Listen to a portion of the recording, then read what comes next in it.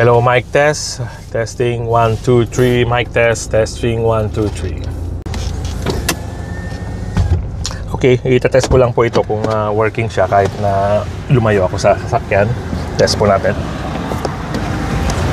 Okay, so from Rosario, diretso na po tayo ng Manila via TPLX.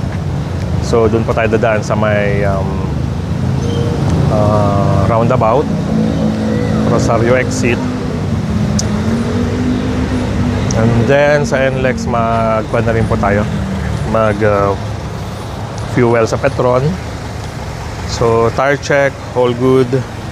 So right side good, lights all okay,